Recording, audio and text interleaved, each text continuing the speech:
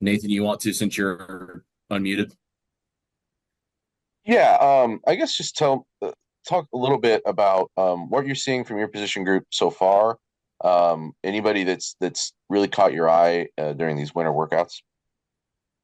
I mean, to be honest, really just trying to evaluate every guy and see what they have to offer. I don't want to say anyone that has jumped out to me just yet. With the D tackle position, a lot of things are going to be proven more on that field than anything else, and we got to see them um, push somebody. And it's good to see them pushing weights, and it's good to see them running and all that. But I mean, their tail is going to be when they get on the field. Dub, go ahead. Yeah, Kelvin, what about Purdue? Coach Odom kind of drew you to leave Arkansas to come up to West Lafayette. I mean, having the chance to work with Coach Odom, someone I believe was a true leader of men, was the thing that was most enticing, and having the chance to just have my own room and get back to doing what I did prior to Arkansas, and that was the biggest thing. But just the chance to be on a great leadership really was the driving force. Sam, go ahead. Yeah, kind of along those same lines. Just kind of if you could touch on your background and obviously your relationship with Coach Odom. And as we know, this business is all about contacts. But when he reached out to you and your previous experience with him, I'm sure that it seemed like, and obviously getting your own position group, kind of a dream come true and a chance to take that next step in the coaching ladder.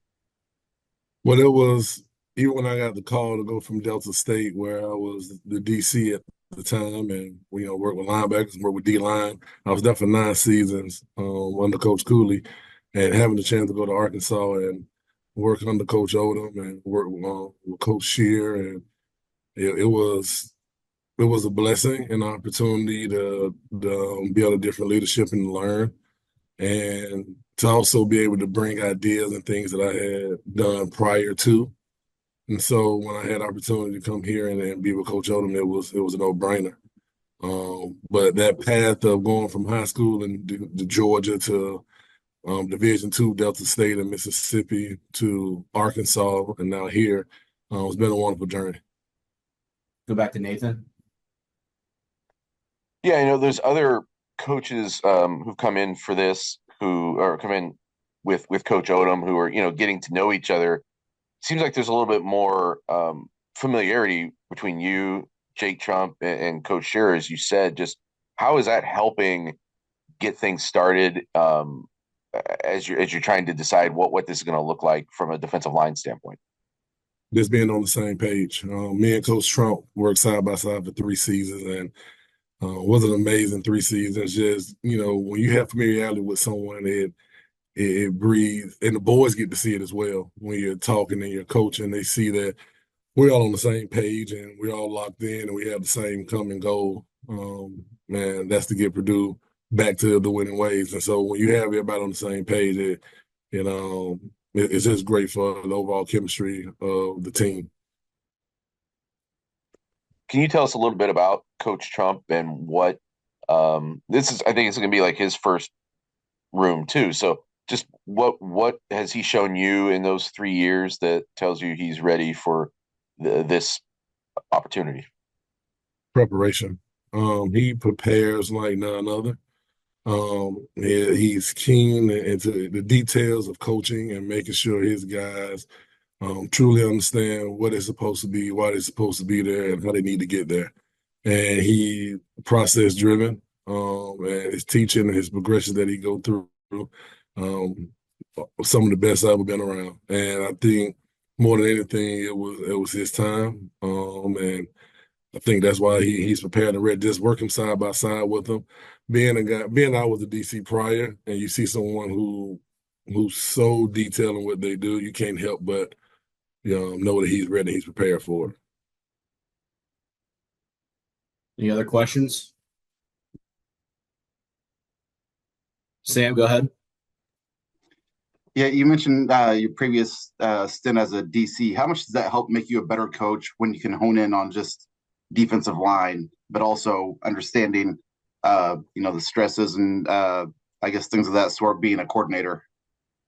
I mean, to me, it should make you a better position coach. It should make you a better just overall coach working under Coach Shear, being able to help wherever I can, but also knowing the stress that falls on him, and trying to make sure you alleviate any of those pressures by making sure your position is doing what it's supposed to do.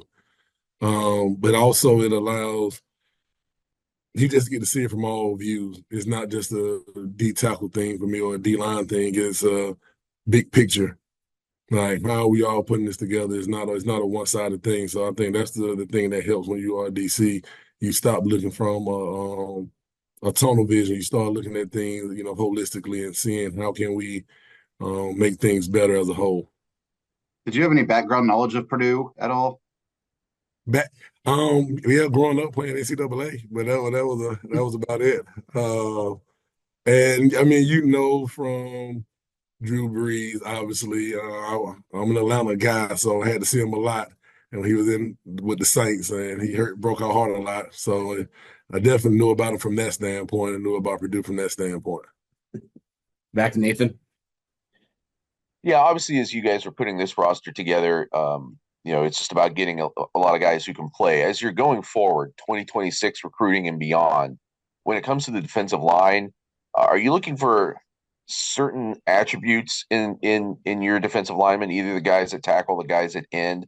Do you have preferences as to what kind of athletes you're getting for those spots? I mean, I think we all have standards of things that we want to look for, but we need football players. We need really, really good football players. And I think that's the standard going forward. Make sure we got guys that love the game and want to play the game, want to play the game the right way, and want to do it on and off the field, and want to do it for this university and have pride when they play the game. I think those are the characteristics and things we really need in guys. Pride playing the game, pride playing for their school. And obviously we want guys to have good size and good measurables as well, but we want guys that can play the game the right way. What's kind of the message right now for the 2026 class, or if you've already started for 2027? Just you're obviously, it's a period of transition. People haven't seen you guys play football yet. They don't know exactly what this defense is going to look like. What are you selling for the next group that's coming in? I mean, it's going to be a place where you're going to play the game the right way. It's going to be hard, tough, smart. It's going to be hard, smart, and tough. But Coach Odom preaches is going to be an opportunity to play fast and play an aggressive style of defense, an attacking style of defense. We want to create turnovers. We want to create lost yardage plays. We want TFLs. We want sacks. We want guys that want to get after it.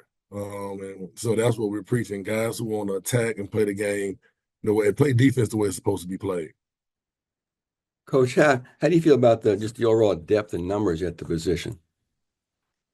I mean, we have some depth and we have some guys, but it's yet to be seen what guys can do. We watched all the tape on the guys prior to, but you still have to see it yourself and see it on the field. So we just got it's a wait and see approach right now. We got to see what these guys can do in spring.